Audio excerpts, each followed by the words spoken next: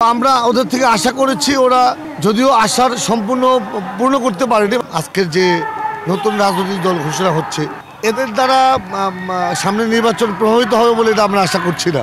ওদেরকে শিক্ষা দিতে যাচ্ছি যে দেশ গড়ার ক্ষেত্রে যেন ওরাও অগ্রণী ভূমিকা পালন করতে পারে এবং দেশের এই ক্রান্তিকালে ওরাও সামনের ভবিষ্যতে দেশের হাল ধরবে, সবার সাথে কাঁধে কাঁধ মিলে দেশটা গড়বে।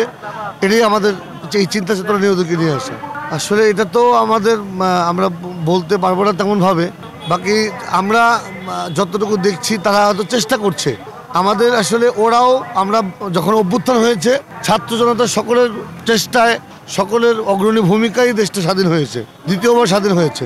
তো আমরা ওদের থেকে আশা করেছি, ওরা যদিও আশার সম্পূর্ণ পূর্ণ করতে পারেনি, বাকি ওরা চেষ্টা করছে এবং আমরা আশা করি সামনে যতদিন ওরা আছে ওরা চেষ্টা অব্যাহত রাখবে। আসলে সরকারের থেকে দল আত্মপ্রকাশ করা এটা আজকে নতুন নয়। এটা আমাদের প্রেসিডেন্ট জিয়াউর রহমান সাহেব করেছিলেন, এরশাদ সাহেব করেছিলেন। এটা বাংলাদেশে অতীতে অনেকবার হয়েছে, এরাও করতে পারে। এটা আমি মনে করি অতীতে যেহেতু হয়েছে, আমাদের বড়রা করেছেন, এরাও করতে পারেন।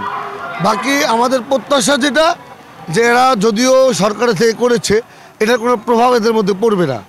এরা দেশ গঠনই বেশি অগ্রণী ভূমিকা পালন করবে। আমাদের চিন্তা চেতনা, আমরা যেটা আশা করি যে এই ছাত্র জনতার এই আজকের যে নতুন রাজনৈতিক দল ঘোষণা হচ্ছে, এদের দ্বারা সামনে নির্বাচন প্রভাবিত হবে বলে এটা আমরা আশা করছি না। আমরা আশা করছি যে শিক্ষা জাতির মেরুদণ্ড, ছাত্ররা শিক্ষিত, মেধাবীরাই সামনে এগিয়ে আসুক, মেধাবীরাই সামনে রাজপথে নামুক এবং নেতৃত্ব দিক, এটা আমাদের আশা। আমরা আশা করছি তাদের দ্বারা কোনো ফেস্টিভাল দেশে আসবে না এবং দেশ থেকে ফেস্টিভাল দূর হবে, এটাই আশা করছি। তাদের কাছে প্রত্যাশা, দেশে যে দুর্নীতি, লুটতরাজ, সন্ত্রাস চলছে, এটা যেন মিটে যায়, সামনে যুবকরা এগিয়ে যায়, এটাই আমাদের প্রত্যাশা।